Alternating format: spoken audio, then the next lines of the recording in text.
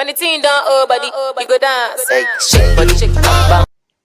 Coucou mes chéris, c'est Ali Botti. Je vous souhaite la bienvenue sur ma chaîne. Je suis très heureuse de vous retrouver pour une nouvelle vidéo. J'espère que vous allez tous bien.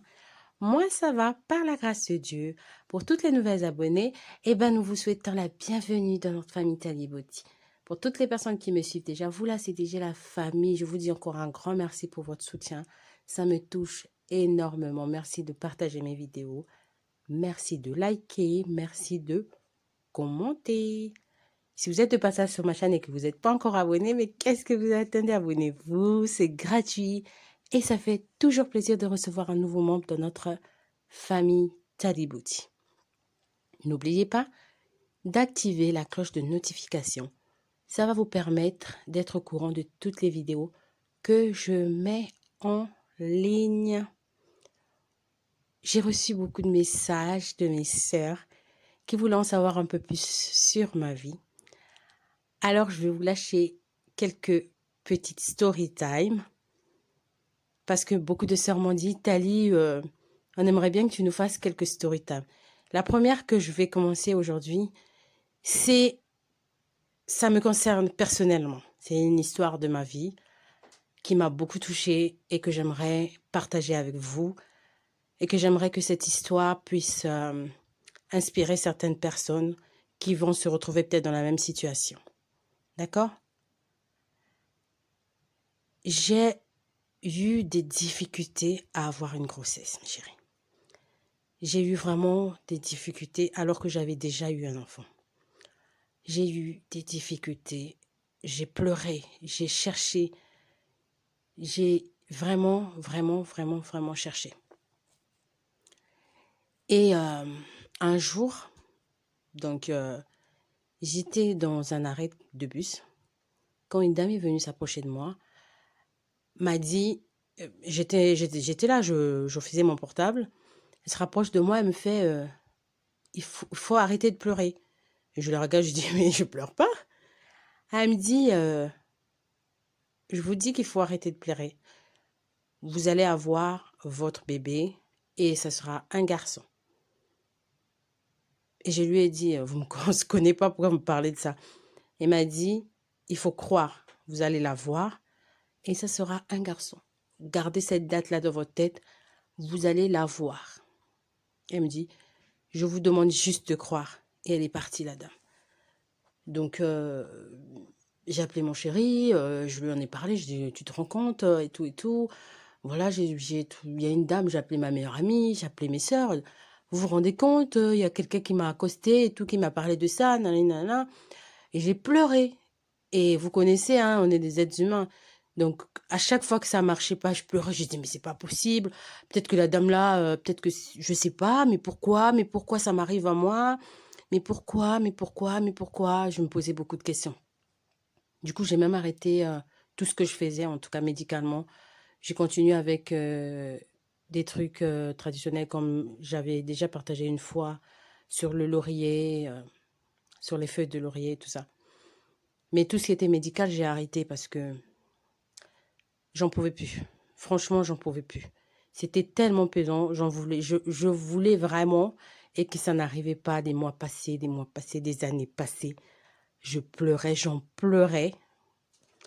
Et puis voilà. Je faisais des tests chaque fois, ça marchait pas. Chaque fois, c'était toujours négatif, Et un jour, donc, je suis allée travailler et tout. Et je me suis évanouie. Je me suis retrouvée à l'hôpital. Donc, c'était, en fait, une semaine avant, j'ai fait un test. C'était ma routine maintenant, hein.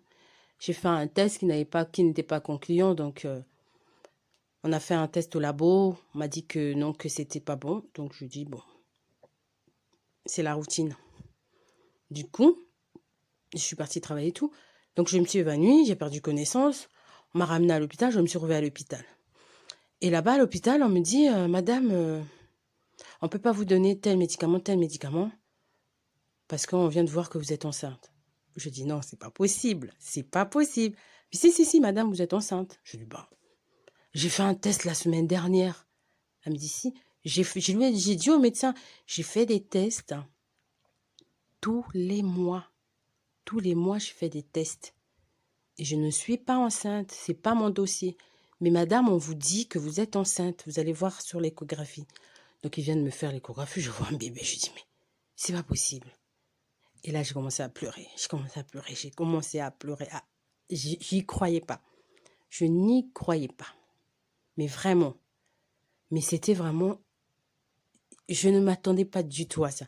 Ils m'ont dit, ben, vous êtes enceinte de 4 mois et demi. Je dis, quoi? Mais tous les mois, je vais faire les tests. Tous les mois.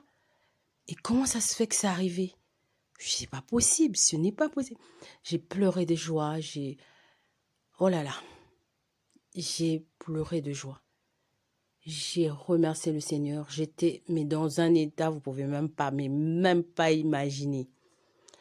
Donc du coup, donc j'étais à l'hôpital et tout. Donc ils ont dit on va vous garder un peu plus longtemps parce que vous êtes évanoui et tout, machin, machin. Donc lors de l'écho, ils m'ont dit on a l'impression que l'enfant ne va pas bien. Donc on va vous garder plus longtemps. Du coup, on vous annonce que vous êtes enceinte et que vous attendez le bébé. Depuis longtemps, c'est un enfant désiré. Et on vous dit, on a l'impression que la tête du bébé, il est trop petit. Je dis, mais c'est quoi encore cette histoire de trop petit? Donc, il faut attendre un spécialiste qui va venir dans 1 semaine. Donc, vous restez 1 semaine à l'hôpital. Donc, le spécialiste, il arrive, il fait des examens et tout, des examens poussés. Il fait, ben non, la tête, elle est normale. C'était juste une fausse alerte. Donc là, je remercie encore le Seigneur. Et le gynéco qui vient encore me voir, qui me dit, par contre, le bébé, on pense que vous pouvez pas le garder. J'ai dit non. J'ai dit, mon Dieu, il peut pas faire ça. J'ai dit, le Seigneur ne peut pas permettre un truc pareil. Il ne peut pas permettre un truc pareil. Du coup, vous pouvez pas garder le bébé. Tout ça, on va faire un cerclage. Donc, on m'a fait un cerclage. Je suis restée allongée. Et je devais venir à l'hôpital. La sage-femme, elle devait passer chez moi toutes les 2 semaines. Et je devais partir à l'hôpital tous les mois. Et chaque fois que j'allais à l'hôpital, on me disait, on n'est pas sûr, peut-être que vous allez accoucher cette semaine. Peut-être que vous allez... Chaque fois, je ne suis jamais sortie de là-bas avec le sourire ou qui m'ont dit, ah là, il s'accroche. Non, c'était toujours, ah ben, on ne sait pas. Hein. Eh ben, on ne sait pas. À chaque fois, c'était ça. Et moi, quand ils me disaient ça, heureusement, ça me démoralisait pas. Au contraire, ça me fortifiait. Je me disais, s'il entrait, chaque semaine qui passait, je me disais, s'il est encore là, c'est que Dieu a permis qu'il soit là. Donc, il restait là, il s'accrochait, il s'accrochait, il s'accrochait. Jusqu'au jour où j'ai eu des contractions. Donc, le jour où j'ai eu des contractions, donc j'étais à, on va dire, 8 mois par là, presque non, 7 mois et demi. J'ai des contractions et tout, donc j'arrive à l'hôpital. J'arrive là-bas. Donc, non, presque 8 mois, hein, ouais. Presque 8 mois, donc j'arrive là-bas. Et tout le monde, parce qu'on me connaissait, donc tout le monde était en panique et tout, donc, et tout. Tout ce que eux ils s'attendaient en fait à ce que j'ai une césarienne. Donc j'arrive, ou que le bébé soit pas bien, parce que pour eux, c'était pas possible. C'était pas possible. Je vous dis, chaque semaine qui passait, personne n'était confiant. Tout le monde que je voyais me disait, ah, mais peut-être que ça va être pour cette semaine. Ah, peut-être que ça va être pour cette semaine. Ah, peut-être. À chaque fois. Et donc, quand j'ai accouché, je vous dis pas,